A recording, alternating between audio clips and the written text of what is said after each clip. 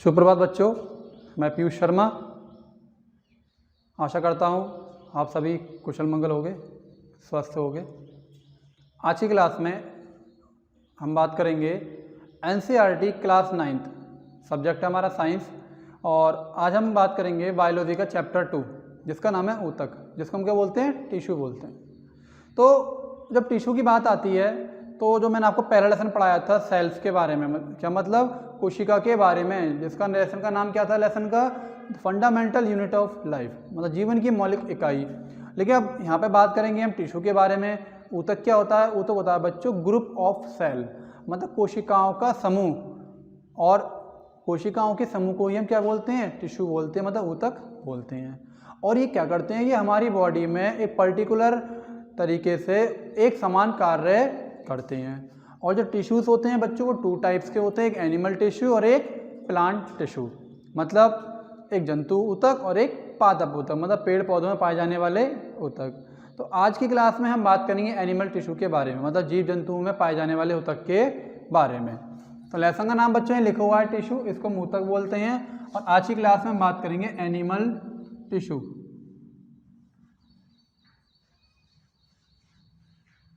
ठीक है।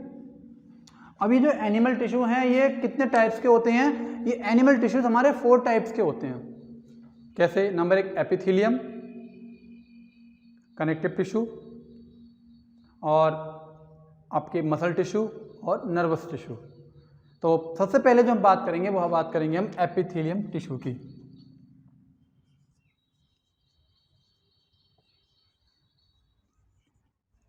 Epithelial tissue की। अब एपिथेलियल टिश्यू का कार्य क्या है?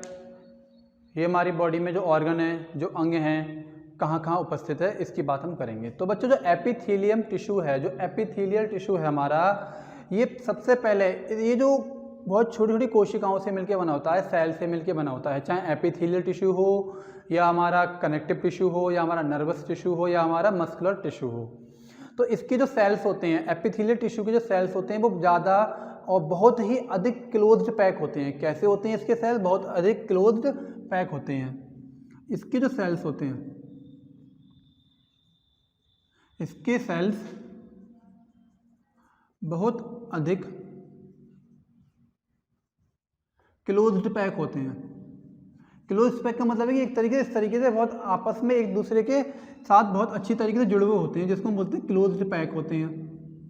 ठीक, ये हमने बोला क्लोज्ड पैक होते हैं। ठीक, उसके बाद ये जो टिश्यूज होते हैं हमारे एपिथेलियल टिश्यूज, ये हमारी बॉडी में जो भी हमारे जो ऑर्गन्स हैं उनको सुरक्षा प्रदान करते हैं। मतलब कि जो बॉडी है हमारी, बॉडी में सुरक्षा प्रदान करते हैं, सुरक्षा प्रदान करते हैं। ठीक, अब बॉडी में सुरक्षा प्रदान करने के बाद अब इनके और क्या क्या कार्य हैं? इनका कार्य ये है कि जो हमारी बॉडी में जो वाटर है और जो न्यूट्रिएंट्स हैं उसका ऑब्जर्व करते हैं। क्या करते हैं? न्यूट्रिएंट्स और बॉडी को एब्जॉर्ब करते हैं। 2 पॉइंट मैंने आपको बताया, 3 पॉइंट है। एपिथेलियल टिश्यू वाटर और न्यूट्रिएंट्स को एब्जॉर्ब करते हैं।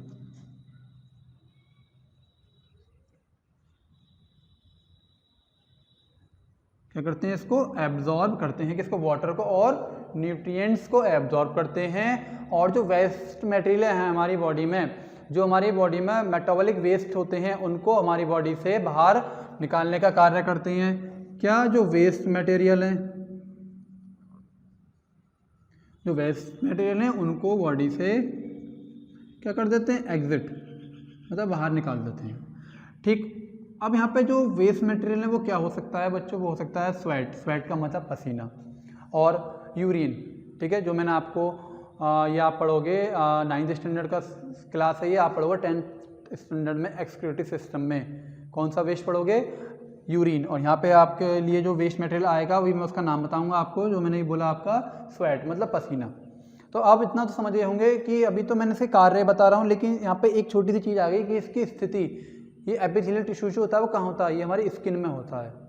क्यों? क्योंकि जैसे ही फैट की बात आती है वेस्ट मटेरियल में, स्वेट कहाँ से निकलता है, हमारे जो स्किन होती है उसमें बहुत छोटे छोटे रोम छिद्र होते हैं, वहाँ से पसीना निकलता है। ठीक है, ठीक। अब एक चीज़ और है, तो मैंने यहाँ पे आपको क्या बताया कि जो इसकी जो स्थिति है वो ये स्किन में पाया जाता है, लीवर में पाया जाता है और हमारे दिल में, मतलब हार्ट में। ठीक, तो 3 जगह हमारा ये एपिथेलियल टिश्यूज जो है ये पाया जाता है। अब जो एपिथेलियल टिश्यूज है इसके 4 टाइप्स होती हैं। अब मैं यहाँ पे आपको 4 टाइप्स के नाम लिख के बताऊंगा। ये जो हमारा एपिथेलियल टिश्यू है इसके 4 टाइप्स कौन कौन से होते हैं। नंबर ए हमारा टिश्यू होता है कॉलम। अब कॉलम का मतलब क्या हुआ, कॉलमर टिश्यू। ठीक, नंबर 2 हमारा इसमें कौन सा टिश्यू आएगा, सिंपल स्क्वैम्स। कौन सा बच्चों, सिंपल स्क्वैमस, सिंपल स्क्वैमस। और तीसरा आएगा बच्चों क्यूबोइडल, मतलब क्यूबोइड की तरह, क्यूबोइडियल। और नंबर लास्ट जो आएगा वो हमारा आएगा बच्चों स्ट्रेटिफाइड स्क्वैमस। ये जो है हमारे ये 4 टाइप्स के एपिथेलियल टिश्यूज होते हैं। लेकिन जो 9th क्लास में जो स्टैंडर्ड्स के अकॉर्डिंग जो हम बताएंगे वो आपके एपिथेलियम टिश्यूज के बारे में बताया। इसके जो चारों पार्ट्स हैं ये आप जैसे ही आप 10th क्लास में जाओगे तो उसमें ही आप पढ़ोगे इन चारों पार्टों के बारे में। तो ये तो था हमारा एनिमल टिश्यूज का पहला पार्ट जो मैंने अभी आपको बताया था, एपिथेलियल टिश्यूज। अब जो हम बात करेंगे इसके दूसरे टाइप्स की, इसका जो एपिथेलियल टिश्यूज के बाद जो दूसरा टाइप आता है वो है हमारा कनेक्टिव टिश्यू। तो इसके लिए हम अब बात करेंगे कनेक्टिव टिश्यू की। अब एनिमल टिश्यूज का सेकंड टाइप्स जिसको मैंने बोला था कनेक्टिव टिश्यू। कनेक्टिव का मतलब क्या होता है, संयोजी। अब बात आ रही कनेक्ट, मतलब कहीं ना कहीं ये कुछ ऑर्गन्स को और कुछ टिश्यूज को आपस में जोड़ने का कार्य करता है। बिल्कुल ठीक पहचाना बच्चों आपने। ये जो हमारा था सेकंड, ये है हमारा कनेक्टिव टिश्यू। कनेक्टिव टिश्यू, इसको हिंदी में बोलते हैं संयोजी ऊतक। क्या कहते हैं बच्चों इसको, संयोजी ऊतक। ठीक है, अब इसके कार्य क्या हैं, इसकी क्या स्थिति है। इसके जो कार्य हैं ये हमारे शरीर में जितने भी टिश्यूज पाए जाते हैं उनको एक दूसरे से कनेक्ट करता है, और कनेक्ट करने के साथ साथ जो हमारी बॉडी में जो पार्ट्स होते हैं उनको भी एक दूसरे से जोड़ने का कार्य करता है। क्या करता है ये कनेक्ट करता है। किसको करता है कनेक्ट, ऑल टिश्यूज। ठीक है, और बॉडी में जो हमारे ऑर्गन्स हैं, ठीक, बॉडी में जो ऑर्गन्स हैं और जो ऑल टिश्यूज़ हैं हमारी बॉडी में, चाहे कनेक्टिव टिश्यू हो, चाहे एपिथेलियल टिश्यूज़ हो, चाहे हमारे मस्कुलर टिश्यूज़ हो या नर्वस टिश्यूज़ हो, उनको आपस में एक तरीके से जोड़ता है। क्यों, जब ये आपस में जोड़ेंगे तभी इनका एक दूसरे से कनेक्शंस रहता है। तो ये तो था हमारा बॉडी ऑर्गन और कनेक्ट ऑल टिश्यूज़। अब इसके और कार्य, अब और कार्य क्या है। अब मैं आपको बताऊँ बच्चों, कभी कभी क्या होता है कि कोई छोटा सा बच्चा है 5 साल का 6 साल का, अगर वो दौड़ रहा है, दौड़ते टाइम अगर वो गिर गया तो गिरने के बाद आपने देखा होगा कि जहाँ पे उसके रैशेस होते हैं या जहाँ पे उसके एल्बो में या उसके नीज़ में, घुटने में अगर चोट लग जाती है, रैशेस हो जाते हैं, तो आपने देखा होगा कि उसके आसपास जहाँ चोट लगी भी होती है उसके आसपास स्वेलिंग हो जाती है। स्वेलिंग का मतलब क्या हुआ कि हमारी बॉडी में कौन सा टिश्यूज था, अभी स्किन में मैंने आपको क्या बताया था, एपिथेलियल टिश्यूज। जब वो टिश्यू डिस्ट्रॉय हो जाएगा, मतलब डेड हो जाएगा, चोट तो लग गई, अब वो सही कैसे होता है, मेडिकल ट्रीटमेंट, फर्स्ट एड हम उस बच्चों को देते हैं तो वो ठीक हो जाता है, मतलब उसका रिपेयर हो जाता है। तो सेकंड काम क्या है कनेक्टिव टिश्यूज़ का, ये जो डेड सेल्स होते हैं हमारे, जो डेड सेल्स होते हैं वो डिस्ट्रॉय तो हो जाते हैं। अब वो डेड सेल जब वो डिस्ट्रॉय हो जाते हैं, डिस्ट्रॉय होने के बाद उन सेल्स को दोबारा से क्रिएट करता है और जहाँ पे जो डेड सेल डिस्ट्रॉय हुए हैं उनकी पूर्ति करता है। क्या करता है, डिस्ट्रॉय हुए सेल्स को क्रिएट करता है। किस में क्रिएट करता है, न्यू सेल में, और न्यू सेल में क्रिएट करने के बाद इनकी पूर्ति करता है। इसलिए आपने देखा होगा कि जब जो बच्चे के चोट लगी हुई है और जो उसके स्वेलिंग हो रही है आसपास, वो जब कुछ दिनों बाद हम उसको मेडिकल ट्रीटमेंट देते हैं या फर्स्ट एड में उसको मलहम पट्टी कराते हैं तो कुछ दिन बाद उसकी चोट ठीक हो जाती है। क्या होता है, जो डेड सेल हैं वो डेड सेल तो डिस्ट्रॉय हो गए, लेकिन मेडिकल ट्रीटमेंट के द्वारा या प्राथमिक उपचार के द्वारा उसके स्किन में जो एपिथेलियम टिश्यूज़ थे वो दोबारा क्रिएट हो गए। दोबारा क्रिएट होने के बाद हमारी चोट भी ठीक हो गई और हमें सब कुछ एक पहले की तरह से अनुभव होने लगा। अब और क्या कार्य हैं इसके? और ये कार्य हैं कि हमारे शरीर के जितने भी पार्ट्स होते हैं, नंबर 3, हमारे बॉडी के पार्ट्स, ऑल बॉडी पार्ट्स जो होते हैं उसमें क्या क्या कार्य करता है ये? उसमें बच्चों पैकिंग का मतलब क्या है? पैकिंग का मतलब ये है कि हमारी बॉडी में जितने भी ऑर्गन्स बने हुए हैं वो एक तरीके से एक separate step by steps cell से कनेक्ट हैं। सेल से कनेक्ट होने के बाद टिश्यू से कनेक्ट हैं और टिश्यू से कनेक्ट होने के बाद क्या बनता है? ऑर्गन बनता है और ऑर्गन से क्या बनती है? हमारी पूरी फुल बॉडी तैयार हो जाती है विद मसल्स। ठीक है, तो पैकिंग करता है और पैकिंग के बाद क्या करता है? ये सपोर्टिंग भी करता है हमारी बॉडी को,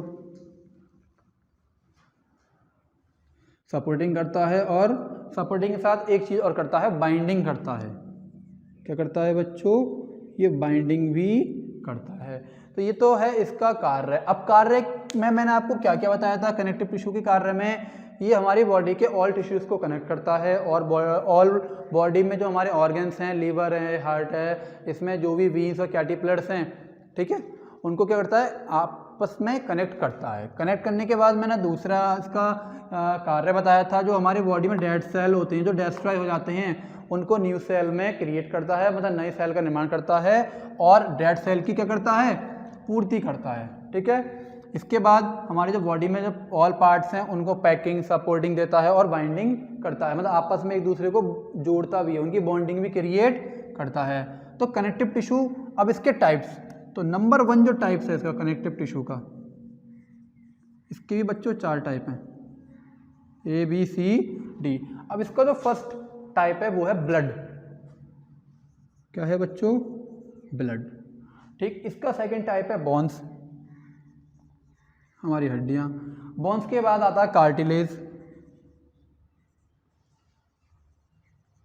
ठीक, कार्टिलेज के बाद आता है लिगामेंट। लिगामेंट इसका एक पार्ट होता है ई। लिगामेंट के बाद आता है बच्चों एरियोलर, ये आता है एरियोलर। अब ब्लड, जो बच्चों ब्लड है, ब्लड में क्या क्या होता है? RBC, ठीक है, WBC, इनकी मात्रा सबसे ज़्यादा होती है, WBC प्लस प्लाज्मा, ठीक है, ये सारी चीज़ें होती हैं, और हीमोग्लोबिन,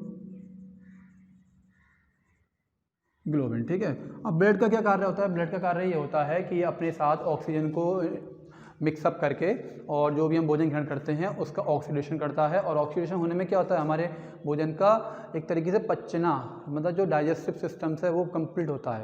ठीक, अब बोन्स का क्या कार्य है बच्चों? जो हमारा शरीर है ये एक तरीके से फुल ऑफ मसल से क्रिएट है। अब इसको एक स्ट्रक्चर देने के लिए, एक ढांचा देने के लिए हमारे बॉडी में क्या है? हड्डियां हैं, जिसको हम क्या बोलते हैं? पूरा एक जाल सा बना हुआ है जिसको हम बोलते हैं स्केलेटल सिस्टम्स, क्या बोलते हैं? कंकाल तंत्र। तो ये है हमारा बोन्स। ठीक है, अब बोन्स के बाद ये जो 3 पार्ट्स हैं ये आप 10th क्लास में पढ़ेंगे।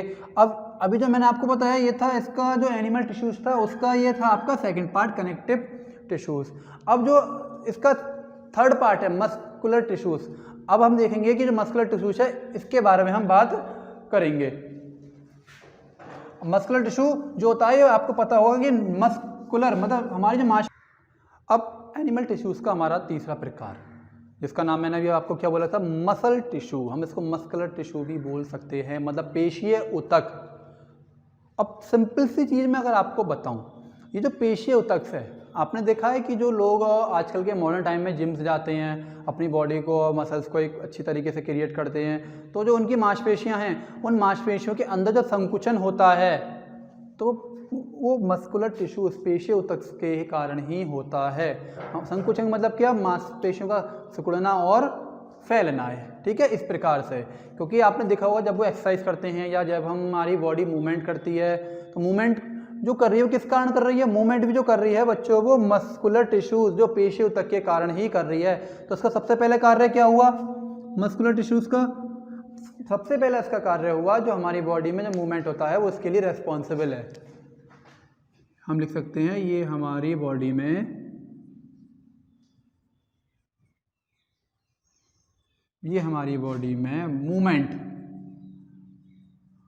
मूवमेंट के लिए रेस्पॉन्सिबल है। अगर हमारी बॉडी में मस्कुलर टिश्यूज नहीं होते तो हमारी बॉडी मूवमेंट नहीं कर पाती। ठीक है, ये हमारी बॉडी में मूवमेंट्स के लिए क्या है, रेस्पॉन्सिबल है। और हमारे जो भी बॉडी है वो पूरी किससे बनी है, फुल ऑफ मसल की बनी हुई है। हमारी बॉडी जो है वो किस चीज़ से क्रिएट है, हमारी बॉडी जो क्रिएट है बच्चों वो पूरी फुल ऑफ मसल्स की बनी हुई है। और उसके बाद क्या है, नंबर सेकंड पे क्या था, बोन्स, जो मैंने आपको बताया था एक पूरा ढांचा है जिसको क्या बोलते हैं, स्केलेटल सिस्टम्स बोलते हैं। तो हमारी बॉडी भी किससे बनी हुई है बच्चों, मसल्स से बनी हुई है। अब होता क्या है, ये जो हमारी मसल्स हैं इसमें एक प्रोटीन पाया जाता है। क्या पाया जाता है बच्चों, प्रोटीन पाया जाता है। इस प्रोटीन का नाम है कॉन्ट्रिकेट। ये कॉन्ट्रिकेट एक प्रोटीन होता है और इसमें दो चीज़ होती हैं, एक एस्टिन और एक मायोसिन। क्या होता है बच्चों, एस्टिन और मायोसिन। अभी एस्टिन और मायोसिन जो है इसका क्या कार्य होता है, अभी जो मैंने एक शब्द आपको बताया था संकुचन, हमारी मांसपेशियों में जब संकुचन होता है तभी हमारी बॉडी मूवमेंट करती है। तो मैंने संकुचन में क्या बताया था, मसल्स जो हैं उनका फैलना और उनका सिकुड़ना वो इस प्रोटीन के कारण ही होता है। अब सपोज दैट ये सोचिए कि अगर ये प्रोटीन ही नहीं होता तो हमारी जो मसल्स हैं वो मूवमेंट नहीं कर पाती, संकुचन नहीं कर पाती, तो फिर जो हमारी बॉडी में जो मसल्स हैं ना वो फैल पाती ना ही सिकुड़ पाती। आपने देखा होगा, आप अपनी बॉडी में हथेली को हिलाते हो, मूवमेंट करते हो, आप जॉगिंग करते हो, वॉक करते हो, ठीक है, कहीं से जंप करते हो या किक मारते हो फुटबॉल को, तो ये सारी जो भी हमारी मसल जो भी क्रिएट हैं, जो भी एक्टिव हैं वो किसके कारण हैं, वो मसल्स टिश्यूज़ के ही कारण हैं। अब हमारी बॉडी में क्या होता है बच्चों, मसल्स फाइबर भी होते हैं। क्या होता है, मसल फाइबर। अब ये मसल फाइबर क्या है बच्चों, मैं आपको बताऊँ, मसल फाइबर जो होते हैं ये हमारी बॉडी में नर्व्स का मतलब होता है बहुत छोटे छोटे कोशिकाएं, उनसे कनेक्ट होते हैं। मैं यहाँ लिख दूंगा, ये हमारे जो नर्व्स है ये नर्व से कनेक्ट होते हैं, नर्व से कनेक्ट होते हैं। और कनेक्ट होने के बाद हमारी बॉडी में जितने भी प्रकार के ब्रेन द्वारा आए हुए मैसेजेस जो स्पाइनल कॉर्ड से होकर गुजरते हैं उन सभी का जो कार्य है वो कौन करता है, हमारी बॉडी में जो मसल फाइबर्स हैं वो सारे कार्य करती हैं। इसका क्या मतलब हुआ, इसका मतलब ये हुआ कि अगर मैं आपको बोलूं कि बेटा यू कैन गो, आप जाओ, तो सबसे पहले आप सुनोगे, तो सबसे पहले कान, ठीक है, सेंस ऑफ ऑर्गन, ठीक है। उसके बाद ये मैसेज कहाँ जाएगा, ये मैसेज बच्चों हमारे ब्रेन पे जाएगा। ब्रेन को क्या करना है, ब्रेन को क्या करना है, जो भी उसको मैसेज मिला है उस पर क्या करना है, रिएक्शन करना है। अब रिएक्शन का मतलब क्या हुआ कि उसको जो भी आवाज़ आई है, जो भी उसको मैसेज मिला है उस पर रिएक्शन करना है। फिर क्या करेगा वो, ये काम किसको पकड़ाएगा, बैक में स्पाइनल कॉर्ड को। अब स्पाइनल कॉर्ड का काम ये होता है कि ये जो मसल्स हैं अब इनसे वो ये देखेगा कि मुझे किस मसल से क्या कार्य कराना है, किसी चीज़ को उठाना, किसी चीज़ को किक मारना, किसी को देखना, किसी को सुनना, ये सारी की सारी चीज़ें मसल्स फाइबर्स के थ्रू ही, मैसेज के थ्रू ही हमारे ब्रेन तक जाती हैं और ब्रेन इस पर रिएक्शंस करता है। अब बात आती है ये जो हमारे मसल्स टिश्यूज़ हैं इनके क्या टाइप्स हैं। अब इनके जो टाइप्स हैं बच्चों, इनके भी 3 टाइप्स हैं, 1 2 3। अब इनके 3 टाइप क्या हैं, सबसे पहले स्ट्रिएटेड टिश्यूज़, ठीक है, ये क्या है, ये आपका मसल टिश्यूज़ का एग्जाम्पल है। उसके बाद आता है हमारा स्मूथ आ गया, स्मूथ के बाद आता है कार्डियक टिश्यूज़।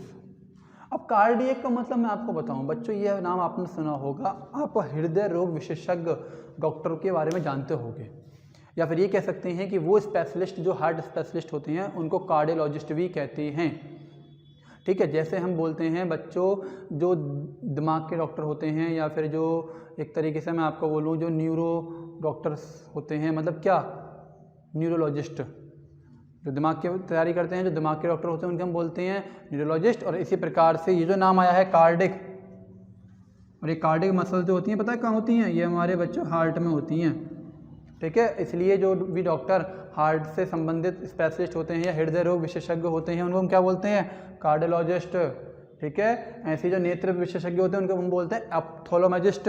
और जो दिमाग के स्पेशलिस्ट होते हैं उनको हम बोलते हैं न्यूरोलॉजिस्ट। तो ये जो टॉपिक था हमारा मस्कुलर टिश्यूज़, इसमें मैंने टाइप बताए, इसके कार्य बताए, ठीक है। अब जो अगला लास्ट टॉपिक है वो है हमारा सबसे लास्ट है नर्वस टिश्यूज़। तो अब हम बात करेंगे नर्वस टिश्यू के बारे में। तो ये बहुत ही इंपॉर्टेंट है, इसका क्वेश्चन बच्चों। अब ये जो हमारा लास्ट प्रकार है एनिमल टिश्यूज़ का, जिसको हम बोलते हैं नर्वस टिश्यूज़। अब ये नर्वस टिश्यूज़ जो है इसमें तीन, एक तरीके से मैं बताऊँ, तीन टॉपिक्स होते हैं, या तीन एक तरीके से बोलो मैं, इनमें क्या क्या चीज़ होती है नर्वस टिश्यूज़ में। बस जो सबसे पहले ब्रेन, हमारा दिमाग, ठीक। और ब्रेन के बाद होता है स्पाइनल कॉर्ड, स्पाइनल कॉर्ड। और जो थर्ड होता है वो होता है बच्चों ये, इसका नाम क्या है, नर्वस टिश्यूज़ या नर्वस सिस्टम। और ये मैं नर्व से लिखूंगा, क्या लिखूंगा इसमें, नर्व्स लिखूंगा, ठीक है। इसको एक नाम से जानते हैं, लिख देते हैं यहाँ, नर्वस टिश्यू। इसको हम बोलते हैं हिंदी में तंत्रिका ऊतक, ठीक। इसके ऊपर एक क्वेश्चन आता है कि तंत्रिका ऊतक क्या है, इसके कार्य तथा संरचना का सचित्र वर्णन कीजिए। ये 4 या 5 नंबर में आता है। अब इसका कार्य क्या है, अब ये जो है हमारा पूरा ये जो स्ट्रक्चर है इसके बारे में मैं आपको बताऊंगा। अब मैंने बोला ब्रेन, अभी इससे पहले जो मैं आपको बता रहा था कि मैं आपको एक रिफ्लेक्स एक्शन के बारे में बताऊं, ये चीज़ आपको एक एग्जाम्पल के तौर पे बहुत अच्छी समझ में आएगी। एक रिफ्लेक्स एक्शन बताता हूँ मैं आपको, ठीक है। जो हमारा रिफ्लेक्स एक्शन है, मैं आपको बोलूँ कि मैं एक बड़ा सा बी सेल लेता हूँ, बी सेल का मतलब बर्तन, और वो बर्तन गर्म है, और उस गर्म बर्तन को अगर मैं अचानक से छू देता हूँ तो मेरा हाथ एकदम से हट जाता है। यहाँ पे एक वर्क तो हुआ, यहाँ पे एक एक्शन तो हुआ। एक्शन क्या हुआ कि अचानक से सडनली वो जो गर्म बर्तन था, गर्म हॉट बी सेल था, वो मेरे हाथ से टच हुआ, मेरी स्किन से टच हुआ। टच होने के बाद वो मेरा हाथ जो था वो अचानक से हट गया। मतलब उस एक्शन पे मैंने क्या किया, रिएक्शंस किया। तो ये जो मैसेजेस है या ये जो क्रिया है वो किसके दौरान हुई या किस कारण हुई, वो यही पता चलेगा हमें। मैंने क्या बोला, मैं यहाँ पे बना दे रहा हूँ। एक बर्तन बनाया मैंने, ठीक बच्चों, ये बर्तन है, ठीक। अब ये जो बर्तन है ये गैस के माध्यम से गर्म हो रहा है, ठीक है।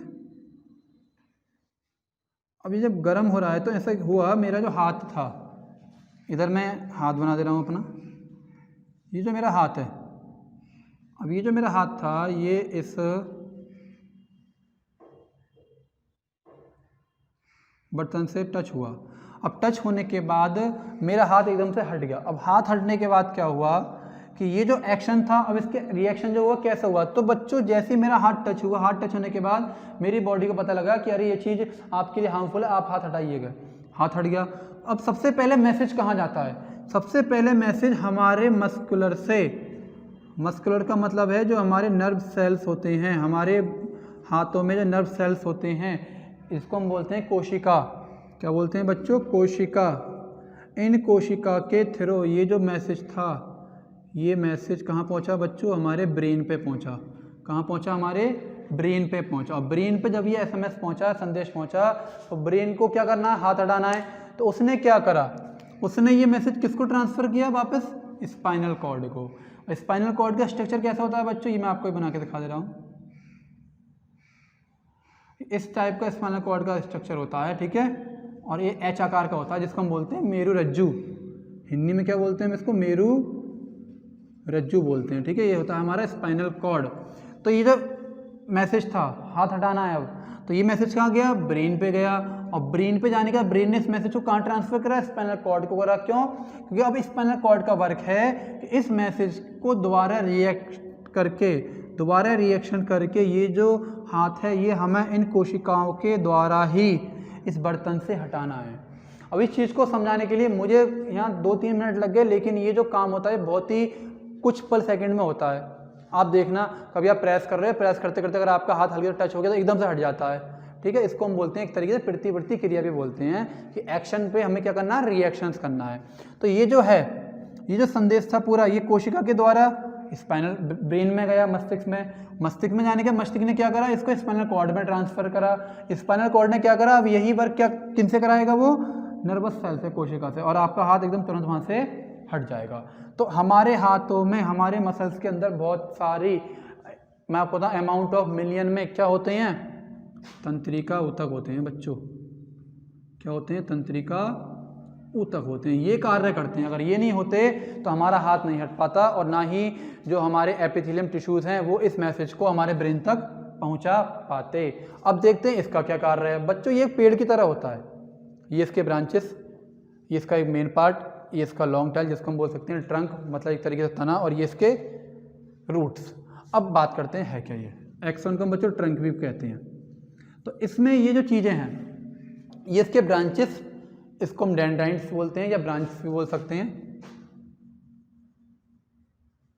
हम इसको ब्रांच भी बोल सकते हैं। और ये इसका केंद्रक मतलब न्यूक्लियस, ठीक है। जैसे फ्रूट में जो फ्रूट होता है प्लांट पे या ट्री पे, उस तरीके से है ये इसका क्या न्यूक्लियस है, कि ये इसका केंद्रक है, ठीक है। अब इस पूरे पार्ट को हम क्या बोलते हैं, डेंड्राइट्स और न्यूक्लियस वाले पार्ट्स को साइटोन कहते हैं, ठीक है। अब इसका क्या कार्य है, इसका कार्य ये है, ये जो डेंड्राइट्स हैं, अब ये जो नर्वस टिश्यूज मैंने बनाया, ये एक दूसरे से कनेक्ट भी होते हैं। तो इनकी जो लीड टेल्स है, जो एक्सॉन टर्मिनल है, ये दूसरे नर्वस सिस्टम से यहाँ पर आके जुड़ी हुई होती हैं, किससे, इनके डेंड्राइट से जुड़ी हुई होती हैं। कहने मतलब ये है कि इसकी जो रूट्स हैं वो दूसरे अदर नर्वस टिश्यूज़ की ब्रांचेस से जुड़ी हुई होती हैं, तभी ये एक दूसरे में आपस में मैसेज को ट्रांसफ़र करती हैं, ठीक। अब इसका कार्य क्या है, एक्सॉन का मतलब ट्रंक का, जो भी मैसेजेस यहाँ पे आया वो मैसेज पूरे लॉन्ग टेल में होता हुआ नीचे किस में जाएगा, रूट्स में जाएगा, मतलब किस में जाएगा, वो एक्सॉन टर्मिनल में जाएगा। और यहाँ पे जाने के बाद अब यहाँ पे क्या है, यहाँ पे अगर मैं दूसरा आपको एक डेमो बना के दिखा दूँ छोटा सा, यहाँ पे क्या है, यहाँ पे एक दूसरा अदर नर्वस टिश्यूज है, और ये क्या करेगा, ये अपनी ब्रांचेस से कनेक्ट होकर, किससे कनेक्ट होगा, ये इसके रूट से कनेक्ट होगा। रूट से कनेक्ट होने के बाद फिर ये एक दूसरे के साथ, दूसरा तीसरे के साथ ऐसे ही मैसेज ट्रांसफ़र करते रहते हैं। तो बच्चों आज की क्लास में मैंने आपको बताया था एनिमल टिश्यूज़ के बारे में, एपिथेलियम टिश्यूज़, कनेक्टिव टिश्यूज़, ठीक है, और आपका नर्वस टिश्यूज़, और आपका अब ये है हमारा नर्वस टिश्यूज़। तो आई होप बच्चों ये आपको समझ में आया होगा। अब हम नेक्स्ट क्लास में बात करेंगे। Thank you so much.